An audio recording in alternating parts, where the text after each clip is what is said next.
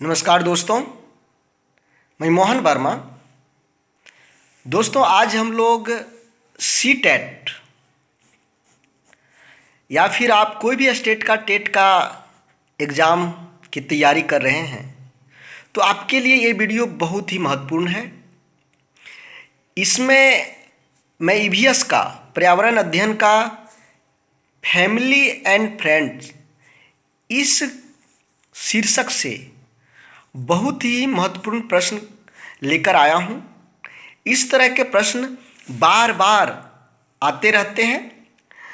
इस तरह के प्रश्न बीते हुए सी टेट एग्ज़ाम और टेट एग्ज़ाम में आ चुके हैं। विश्लेषण करने पर ये सभी देखा गया है। तो दोस्तों, हम लोग आज चलते हैं ईवीएस का। यहाँ पर पहला प्रश्न आप देख रहे हैं, परिवार क्या है। दोस्तों सोचिए, परिवार क्या है? एक समूह है, एक समुदाय है, एक सामाजिक संस्था है, एक भीड़ है। हम सभी पढ़ चुके हैं। जब मैं डीएलएड का कोर्स करवा रहा था आप लोगों को, उस समय आप लोगों ने देखा है कि सामाजिक संस्था के रूप में परिवार को बताया गया है। तो परिवार क्या है? एक सामाजिक संस्था है। ध्यान रखेंगे, सामाजिक संस्था है। परिवार क्या है? सामाजिक संस्था। दूसरा देखिए, समाज शास्त्रियों के अनुसार परिवार में पति पत्नी और बच्चों का होना अनिवार्य है, माता पिता और पति पत्नी का होना अनिवार्य है, माता पिता और बच्चों का होना अनिवार्य है, उपयुक्त सभी। दोस्तों, समाजशास्त्रियों के अनुसार परिवार पति पत्नी और बच्चों के मेल से बना है, ये समाजशास्त्री के द्वारा कहा जा रहा है। समाजशास्त्रियों के अनुसार परिवार में पति पत्नी और बच्चों का होना अनिवार्य है। तीसरा प्रश्न, सामाजिक जीवन की प्रारंभिक पाठशाला किसे कहा जा सकता है? सामाजिक जीवन की पहली पाठशाला किसे कह सकते हैं? परिवार को, गांव को, विद्यालय को, इनमें से कोई नहीं। दोस्तों, बच्चे परिवार में रहकर ही कौन क्या है और बहुत सारे सामाजिक गुणों का विकास कर लेता है। बच्चे यहाँ पर पहचानने लगते हैं, कौन मेरे चाचा हैं, कौन चाची हैं, किसके साथ कैसा बोलना चाहिए, क्या किस तरह के पूजे पाठ किए जा रहे हैं, किस तरह के पहनावा है। ये सभी परिवार में रह कर के ही सीखता है। बहुत सारा सामाजिक गुणों का विकास परिवार में ही रह कर के होता है। इसलिए सामाजिक जीवन की प्रारंभिक पाठशाला परिवार को कहा जाता है। चौथा प्रश्न देखिए, किसने परिवार के कार्यों का वर्गीकरण आवश्यक और अनावश्यक रूप में किया है? परिवार के बहुत सारे कार्य होते हैं। इस कार्य को दो भागों में बांटा है, एक आवश्यक काम और दूसरा अनावश्यक काम। जैसे मनोरंजन अनावश्यक काम है, बच्चों का भरण पोषण करना, देखभाल करना आवश्यक काम है। तो ये किसने दो भागों में परिवार के कामों को दो भागों में बांटा है? तो मैकाइवर ने परिवार के कामों को दो भागों में बांटा है। ये दो काम हैं, आवश्यक काम और अनावश्यक काम। परिवार के मुख्य शारीरिक कार्य हैं। यहाँ पर हम लोग देखें कि परिवार का दो काम इसने बांटा है, आवश्यक काम और अनावश्यक काम। लेकिन यहाँ पर परिवार का मुख्य शारीरिक कार्य क्या है? शारीरिक काम क्या है? पालन पोषण। आगे हम लोग देखते हैं। चलिए, ये हम लोग अभी देख रहे थे शारीरिक कार्य। शारीरिक कार्य। तो परिवार का शारीरिक काम है भोजन, शारीरिक सुरक्षा,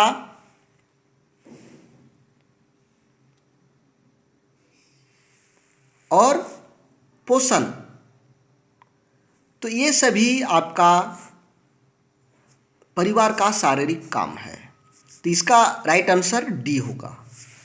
छठा प्रश्न देखिए, परिवार की सामान्य विशेषता है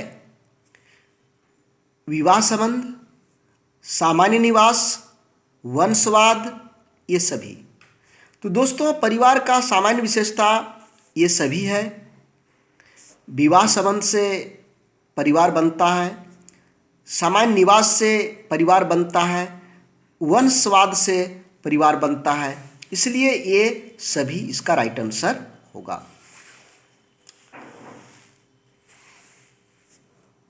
सातवां प्रश्न है, निम्नलिखित में से कौन सा संयुक्त परिवार का एक गुण नहीं है।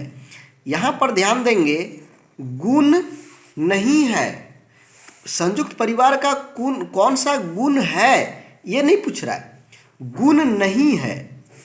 आलस्य का अभाव, कृषि व्यवस्था के लिए उपयुक्त, श्रम विभाजन की सुविधा, उपरोक्त में से कोई नहीं। तो दोस्तों ये गुण नहीं है। संयुक्त परिवार का एक गुण है ये सभी, लेकिन उपरोक्त में से कोई नहीं, गुण नहीं है, में आंसर आएगा।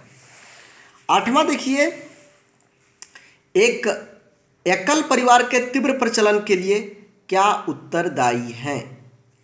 एकल परिवार के तीव्र प्रचलन के लिए क्या उत्तरदायी हैं। आजकल हम लोग देख रहे हैं कि एकल परिवार का प्रचलन जोरों पर है।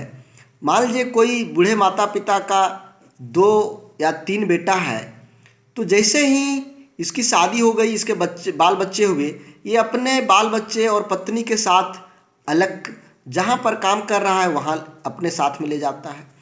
इसी तरह से ये भी अपने बीवी और बाल बच्चों के साथ अलग जगह पर रह जाता है, यह भी अपने अलग जगह पर चल जाता है।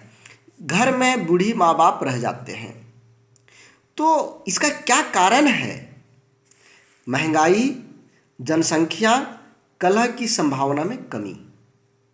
ये तीनों, महंगाई इतनी बढ़ गई है कि एक कमाऊ आदमी जो कमा नहीं पा रहा है, सभी का खर्चा चलाना मुश्किल होता है और उससे अच्छा समझता है कि हम अलग रह करके अच्छा से रह सकते हैं, इसलिए ये अलग हो जाता है और एकल परिवार बन जाता है।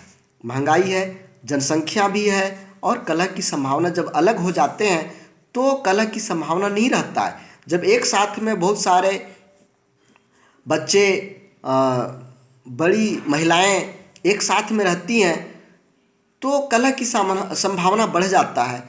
तो यदि अलग यानी साथ में रहने से कलह की संभावना बढ़ गया और अलग अलग हो जाने से जब मिलेगा जुलेगा ही नहीं तो कलह की संभावना नहीं रहेगी, इसलिए इसका डी राइट आंसर होगा। अगला प्रश्न है, भारतीय परिवार का स्वरूप है। भारतीय परिवार का क्या स्वरूप है। मातृसत्तात्मक, पितृसत्तात्मक, मातृस्थानिक, पितृस्थानिक। तो भारतीय परिवार का स्वरूप जो है पितृसत्तात्मक होता है। यहाँ परिवार का मुखिया पिता होते हैं, यानी घर के जो बुजुर्ग पुरुष होते हैं वो होते हैं। इसलिए भारतीय परिवार का स्वरूप जो है परिवार का वो पितृसत्तात्मक है। चलिए आगे देखते हैं हम लोग। दोस्तों 10वां प्रश्न है, निम्नलिखित में से कौन सा परिवार समरक्त संबंधी परिवार का उदाहरण है। समरक्त, यहाँ पर रक्त एक जैसा, एक जैसा, एक जैसा यानी कौन सा। एकल परिवार का, वैवाहिक परिवार का, संयुक्त परिवार का। तो संयुक्त परिवार का एक उदाहरण है समरक्त संबंधी परिवार। किस प्रकार के परिवार में विवाहित युगल स्त्री के परिवार के साथ निवास करते हैं?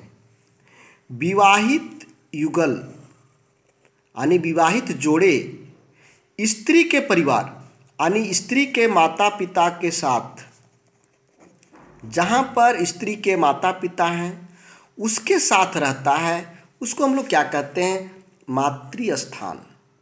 क्या कहते हैं? मातृ स्थान। 12वां प्रश्न है, निम्नलिखित में से किस परिवार को अभिविन्यास परिवार भी कहा जाता है? अभिविन्यास परिवार यानी जिसको आप अलग नहीं कर पा रहे हैं, समरक्त परिवार को, समरक्त परिवार को अभिविन्यास परिवार भी कहा जाता है। 13वां प्रश्न है, समरक्त संबंध का उदाहरण किस प्रकार के परिवार में परिलक्षित होते हैं? समरक्त का उदाहरण एकल में भी और संयुक्त दोनों में भी ये परिलक्षित होता है। बालकों का समाजीकरण सर्वप्रथम किसके द्वारा होता है? बालकों का समाजीकरण किसके द्वारा होता है, यहाँ पर पूछा जा रहा है। तो दोस्तों, परिवार के द्वारा, मित्रों के द्वारा, शिक्षा के द्वारा, रिश्तेदारों के द्वारा। तो परिवार के द्वारा सबसे पहले समाजीकरण किया जाता है। परिवार में ही रहकर जब तक बच्चे विद्यालय नहीं जाते हैं, बाहर नहीं जाते हैं, समाज में नहीं जाते हैं, उसके पहले बहुत सारे शब्दों को समझ जाता है, अपने संबंधों को समझ जाता है, परिवार में कार्य प्रणाली को समझ जाता है, बहुत कुछ समझ जाता है। तो इसलिए हम परिवार को समाजीकरण का सर्वप्रथम बात करते हैं। 15वां प्रश्न है, निम्नलिखित में से कौन सी मित्रता सर्वोत्तम है? यहाँ पर आ गया मित्रता। आप खुद सोचिए किसके साथ अपना मित्रता यानी फ्रेंडशिप करना चाहिए, जिससे आनंद की मित्रता हो, उपयोगिता की मित्रता हो, अच्छाई की मित्रता हो। तो दोस्तों, इसका राइट आंसर अच्छाई की मित्रता होगा। जिसमें अच्छाई है वह मित्र सबसे अच्छा होता है। नेक्स्ट प्रश्न है, अरस्तु द्वारा मित्रता के वर्गीकरण में क्या सम्मिलित है? अरस्तु द्वारा मित्रता के वर्गीकरण में क्या सम्मिलित है?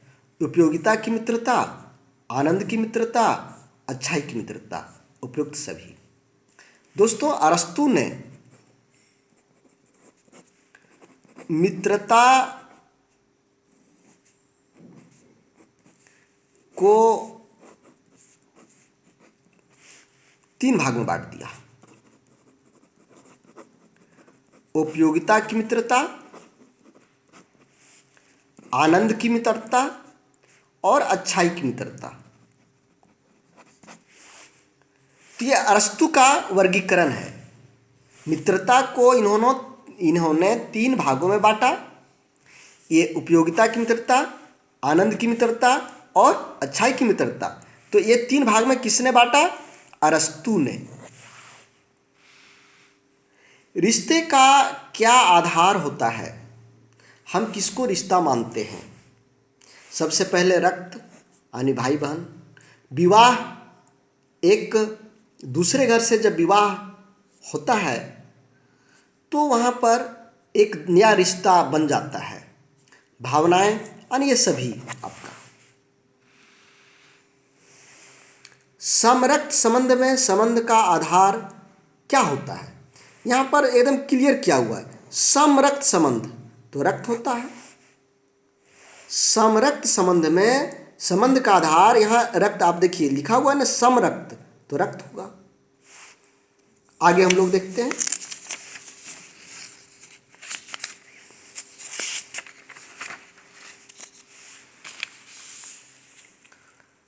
खेलकूद भावनात्मक रूप से कमजोर बच्चों के लिए क्या कार्य करता है? खेलकूद जो भावनात्मक रूप से कमजोर है, जिसके अंदर नेगेटिविटी है, नकारात्मक सोचता है, उस बच्चे के लिए खेलकूद क्या कार्य करता है? थेरेपी का काम करता है। अंतिम प्रश्न है आज का, खेलकूद बच्चों के विकास में सहायक होता है, यहाँ पर भरना है। तो खेलकूद बच्चों के ज्ञानात्मक विकास के लिए सहायक है, सामाजिक विकास के लिए सहायक है, शारीरिक विकास के लिए भी सहायक है। खेलकूद से बच्चों का ज्ञान बढ़ता है। यहाँ पर बच्चे सहयोग करने, मान लीजिए एक क्रिकेट का टीम है, क्रिकेट खेल रहा है या फुटबॉल, तो यहाँ पर एक दूसरे को सहयोग करना पड़ रहा है, तो सहयोग का भावना उत्पन्न होता है। नैतिकता का गुण का विकास होता है। नेतृत्व का गुण का विकास होता है। एक दूसरे के साथ अपना ज्ञान को आदान प्रदान करता है। तो यहाँ सामाजिकता का विकास होता है। और शारीरिक, जब खेलता है तो व्यायाम होता ही है, एक्सरसाइज जैसा होता ही है, इसलिए ये तीनों तरह का विकास होता है। दोस्तों, आप यदि मेरे पेड ग्रुप में ज्वाइन होना चाहते हैं तो ये मेरा व्हाट्सएप नंबर है, इस पर मैसेज करें और मेरा पेड ग्रुप में आप ज्वाइन हो सकते हैं। धन्यवाद दोस्तों, जय हिंद।